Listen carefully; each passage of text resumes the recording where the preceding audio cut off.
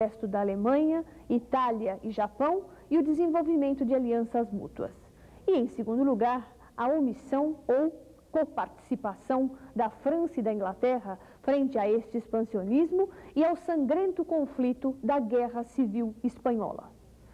Isso explica a inoperância da Sociedade das Nações, voltada, em princípio, para evitar a explosão de novos conflitos mundiais, mas, na verdade, palco de interesses das nações vencedoras da Primeira Guerra Mundial. Hoje, a ONU, Organização das Nações Unidas, tenta arbitrar conflitos espalhados pelo globo, buscando evitar a explosão de uma desastrosa Terceira Guerra Mundial. Porém, do mesmo modo como sua antecessora, vê-se manietada e alvo dos interesses das disputas das nações poderosas do planeta que conduzem, com sua ganância, os destinos das tensões internacionais.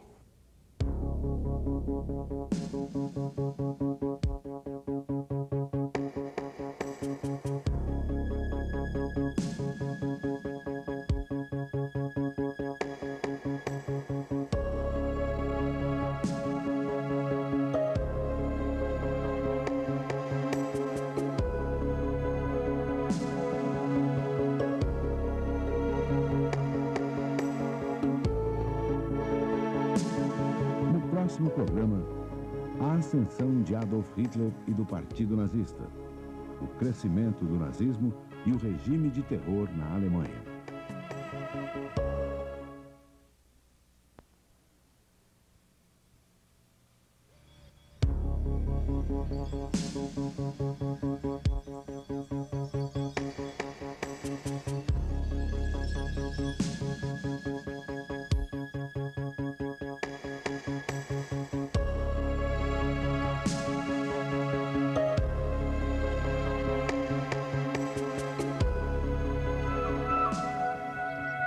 Viajando pela Alemanha em 1985, o presidente norte-americano Ronald Reagan visita o campo de concentração de Bergen-Belsen e o cemitério de Bitburg, onde estão enterrados soldados nazistas.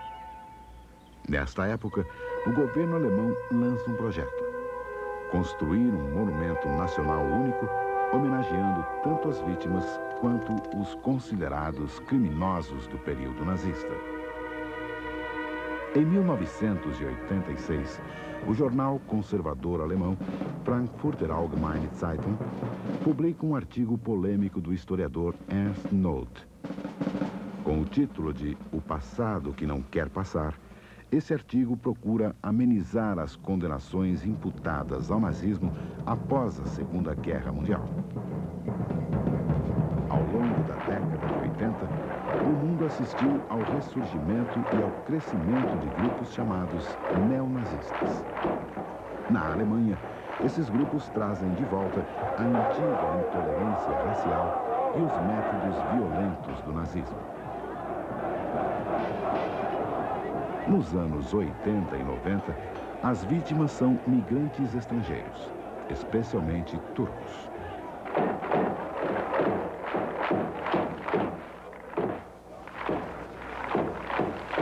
Estes grupos adotam símbolos do nacional-socialismo e o culto ao histórico líder daquele movimento, Adolf Hitler.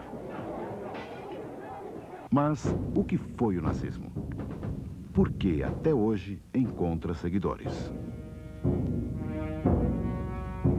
Bem, por que esses fatos se repetem, se é que nós podemos falar em repetição histórica?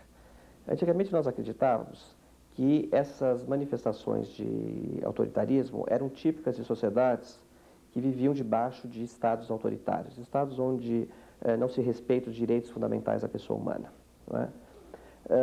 Na verdade, hoje, a maior parte das sociedades contemporâneas, inclusive de primeiro mundo, prevalece os chamados estados democráticos, os estados onde estão assegurados os direitos fundamentais das pessoas humanas e se reconhecem as liberdades civis, as liberdades públicas, não é?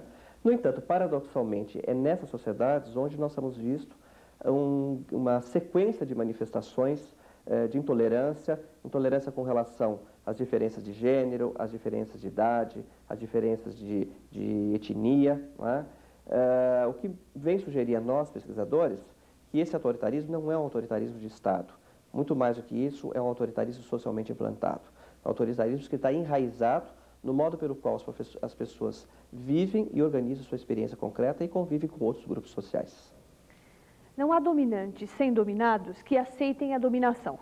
Hitler, Mussolini, Idi Amin Dada, Calígula e outros notórios tiranos nada seriam se a população não aceitasse acompanhá-los. Assim, o nazismo ultrapassa as fronteiras temporais da vida de Hitler e as espaciais do território alemão. Como compreender episódios como os narrados pelo livro Cabeça de Turco, em que o autor, um alemão, se disfarça de turco e passa a trabalhar numa empresa para viver de perto o fenômeno da discriminação da população alemã contra os imigrantes? Os judeus, espezinhados ontem, são hoje os imigrantes turcos na Alemanha, os argelinos na França, os indianos na Inglaterra, os nordestinos em São Paulo.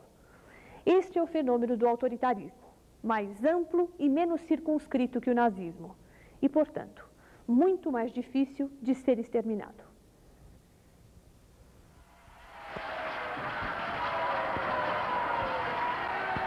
Hitler deu voz aos sentimentos latentes. Mais do que dar voz, Hitler exacerbou esses sentimentos.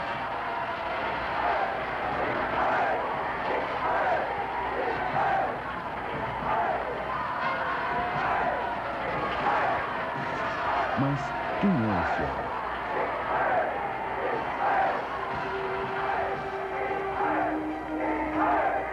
De onde veio? Adolf Hitler nasceu no interior da Áustria em 1889. Foi o terceiro filho do guarda de alfândega Alois Hitler e da camponesa Clara Pölzl. Aos 18 anos de idade, Hitler vai para Viena. Tenta ingressar no curso de arquitetura da Academia de Belas Artes, mas não é admitido. A partir daí, o jovem Hitler passa por um período de dificuldades econômicas. Pinta tabuletas e pequenos quadros para ganhar o sustento. Em 1912, emigra para Munique, na Alemanha. 2 anos mais tarde, explode a Primeira Guerra Mundial. Hitler se engaja no exército alemão. Ele sente grande identificação com a Alemanha. Durante a guerra, é ferido 2 vezes e condecorado com a Cruz de Ferro. A derrota da Alemanha na Primeira Guerra abala profundamente o cabo Adolf Hitler. O impacto que esta notícia lhe causa é descrito em seu livro Mein Kampf, Minha Luta, que irá escrever alguns anos mais tarde na prisão. Cambaleando e tateando, voltei ao dormitório. Lancei-me sobre a cama e, escondendo a cabeça nos cobertores, chorei desesperadamente. Depois da guerra, Hitler encontra emprego no exército alemão. Uma de suas atribuições era frequentar reuniões de partidos políticos e apresentar relatórios sobre suas atividades. Em outras palavras, Hitler era um espião do exército. Em 1919, esteve presente a uma reunião do pequeno Partido dos Trabalhadores Alemães. Ali, ouviu discursos que representavam suas convicções mais íntimas. Culpava-se os judeus e os especuladores pela derrota na Primeira Guerra. Falava-se contra o comunismo e contra a democracia. Hitler ingressa no partido como o seu 7º membro. Neste mesmo ano, o número de filiados sobe para 400. Na primeira reunião de 1920, comparecem 2.000 pessoas. Hitler já controla o partido e muda seu nome para Partido Nacional Socialista dos Trabalhadores Alemães, que fica conhecido como Nazi. A partir desse momento, os nazis ganham mais e mais adeptos, que leva tanta gente a ouvir as palavras de Hitler. Ele se destaca por sua capacidade oratória, exalta as platórias. Mas por quê? O que existe de especial no discurso de Hitler?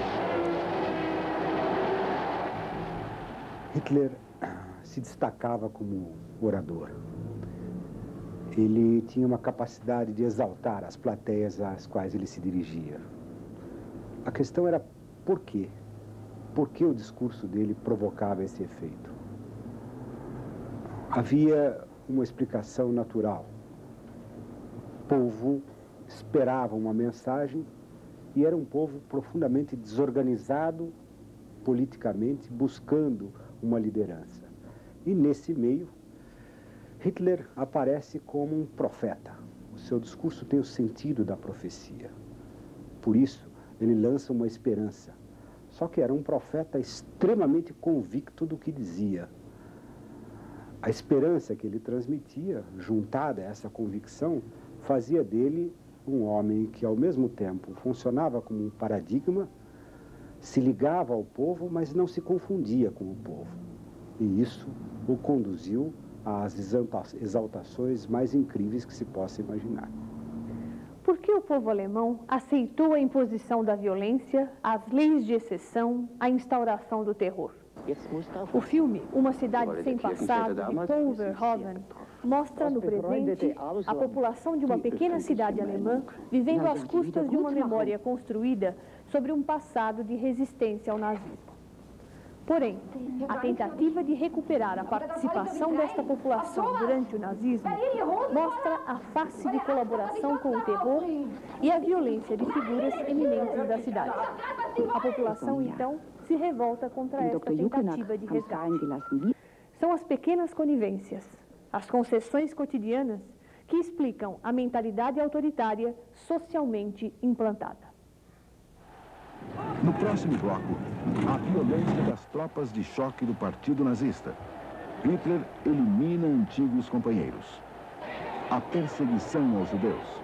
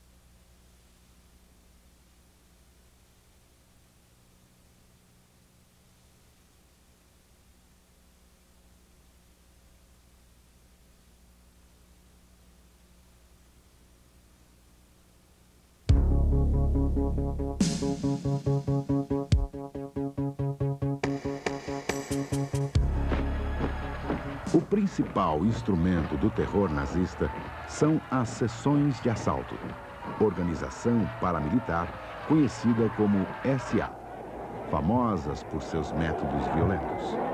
As SA foram fundamentais para a ascensão dos nazistas. Além das SA, os nazistas possuíam também as brigadas de segurança, conhecidas como SS, e a polícia especial, a Gestapo, ambas comandadas por Heinrich Himmler. Em 1933, ocorre o incêndio do Reichstag, o parlamento alemão. Os nazistas culpam os comunistas e deflagram perseguições pelo país. Após o final da Segunda Guerra, um antigo membro das SA confessa em julgamento a participação das SA no incêndio. Mas as SA são uma preocupação para Hitler.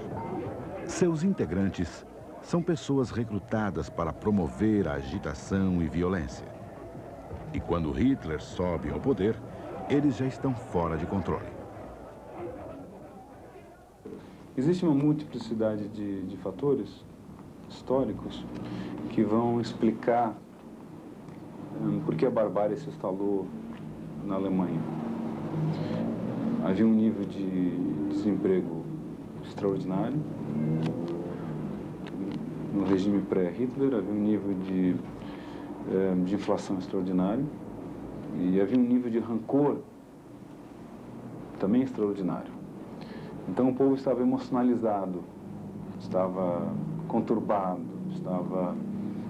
perdeu as referências, perdeu os padrões de racionalidade.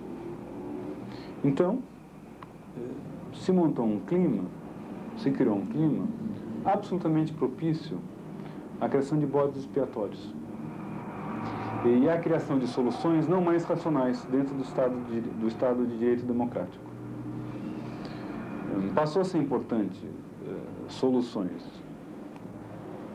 autoritárias, passou a ser importante soluções, entre aspas, cirúrgicas, e passou a ser importante o uso da violência na imagem do grupo dominante para resolver as questões que eles levantavam do tipo: os judeus são culpados pela crise da Alemanha, os democratas são culpados pela crise da Alemanha, os comunistas são culpados pela crise da Alemanha.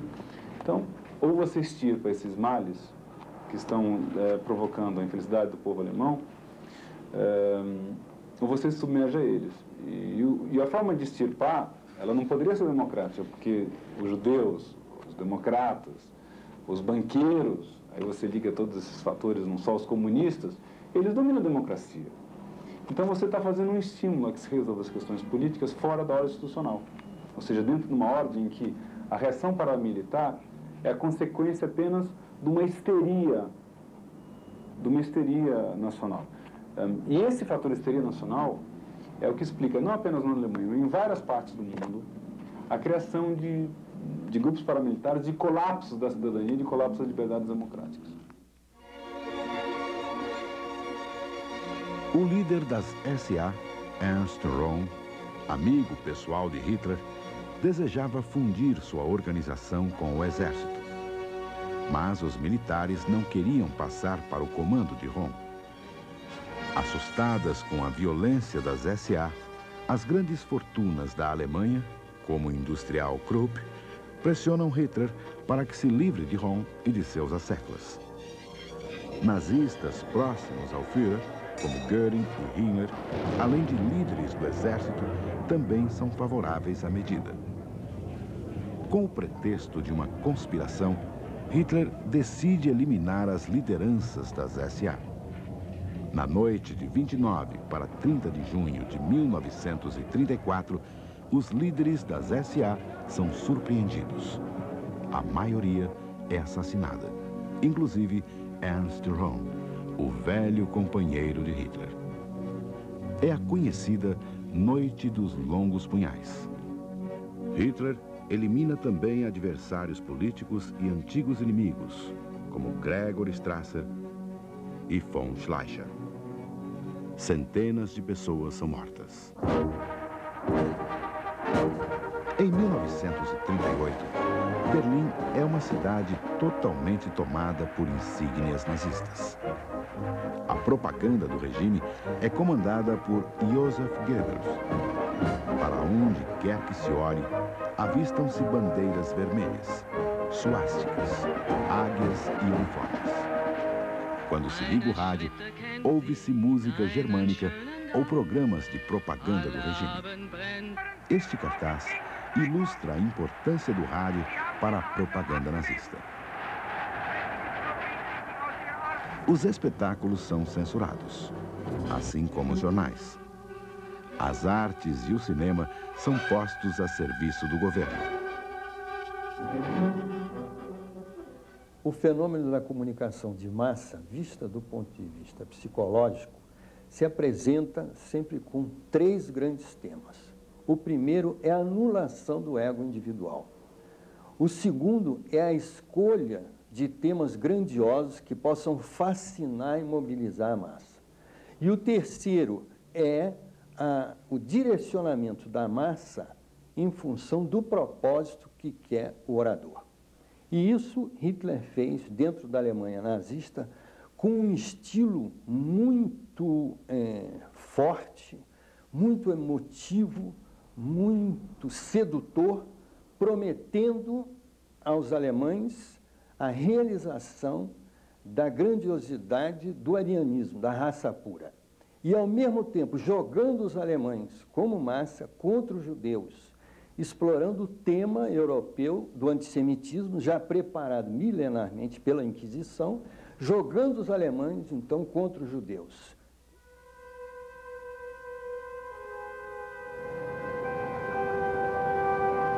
Entre os principais lemas do nazismo está o antissemitismo, ou a discriminação do povo judeu.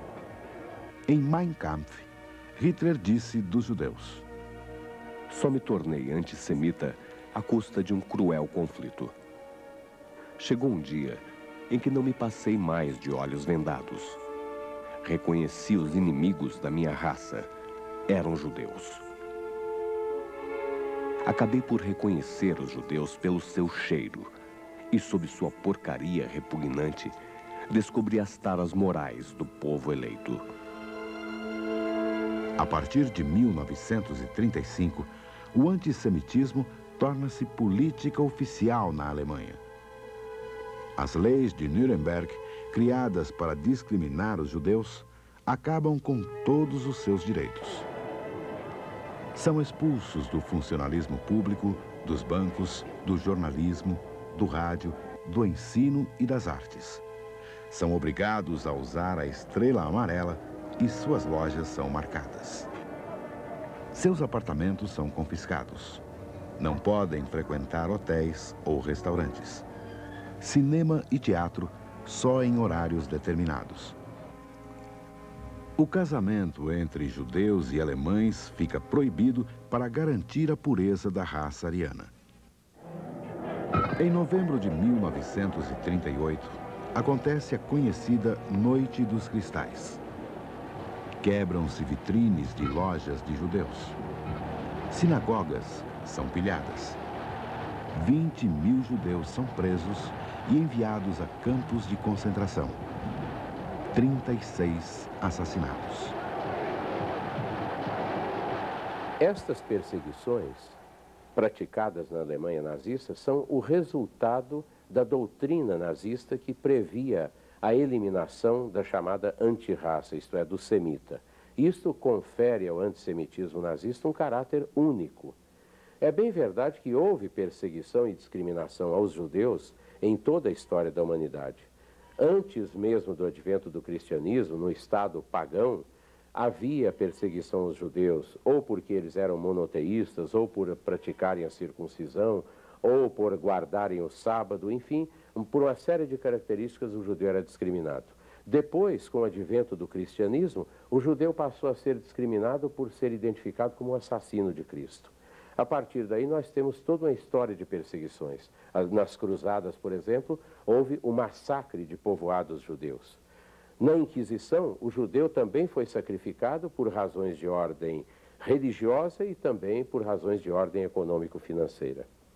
Na nossa história recente, nós temos também exemplos de perseguições aos judeus em muitos países da Europa, mesmo antes do advento do Estado nazista. Por exemplo, na Polônia, os judeus eram perseguidos por serem comerciantes, usurários, tratantes. Na Rússia comunista, o judeu também era discriminado por não colaborar com o Estado comunista, apegado ao dinheiro que era, pelo menos assim era o estereótipo do judeu. Mas é na Alemanha nazista que o judeu é realmente perseguido por uma doutrina, a doutrina racial que previa a eliminação do judeu para preservar a raça ariana. É isso que confere ao antissemitismo alemão nazista um caráter único.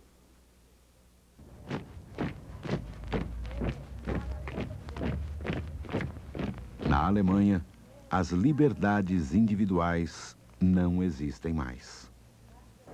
A Gestapo espalha o terror. Os campos de concentração são uma ameaça. Mesmo assim, muita gente apoia o regime. Uma nova confiança, uma fé no futuro parece guiar o país. Um desafio para historiadores, sociólogos, comunicólogos, psicólogos sociais. Como explicar o entusiasmo da população alemã ante o seu líder Adolf Hitler? Segundo a pensadora judia alemã Hannah Arendt, o nazismo converte a sociedade de classes em massas. Por força dele, o indivíduo perde a sua identificação de classe e se torna massa amorfa, dominada, controlada e conduzida. Hannah Arendt diz também que a sociedade tende a aceitar uma pessoa pelo que ela pretende ser. Assim, um louco que finja ser um gênio sempre tem certa possibilidade de merecer crédito. Adolf Hitler tinha uma crença fanática em si mesmo, e esta sua convicção exercia fascínio sobre a sociedade, que assim se salvava da confusão de opiniões, podendo seguir um caminho que parecia certo e seguro.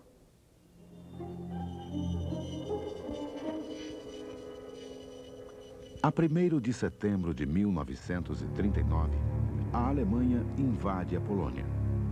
A Inglaterra e a França declaram estado de guerra. É iniciado o conflito. O cotidiano de Berlim sofre mudanças. Os ricos, os militares e as pessoas ligadas ao regime não são privados de nada. Mas a população sofre com o racionamento. 1 quilo de carne por mês, 200 gramas de margarina e um pão mole e ordinário. E enquanto isso, o ministro da propaganda nazista, Goebbels, prega ao povo lemas como canhões em vez de manteiga.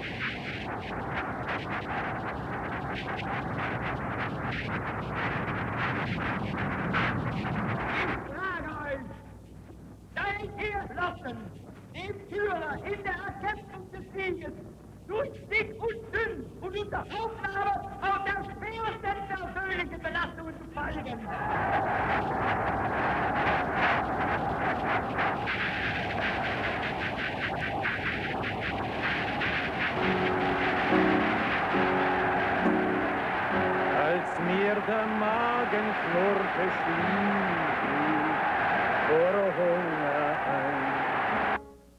Da hört ich sie ins Ohr mir Deutschland erwache schreien. Da sah ich viele marschieren, sie